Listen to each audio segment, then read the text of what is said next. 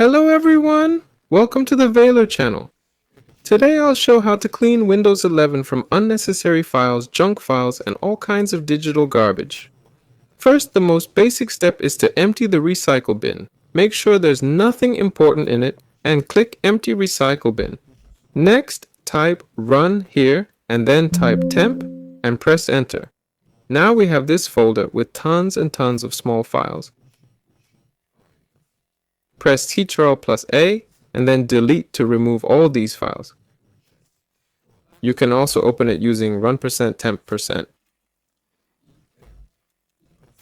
And click OK. A folder will open with many more files, about 6,000 files specifically. These can all be deleted too.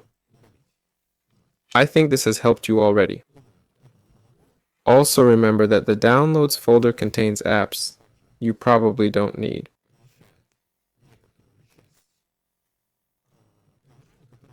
Here's the Downloads folder. This can be cleaned out too, but only if you really don't need those files. This is Veiler signing off. Please like and subscribe to the channel. Goodbye everyone.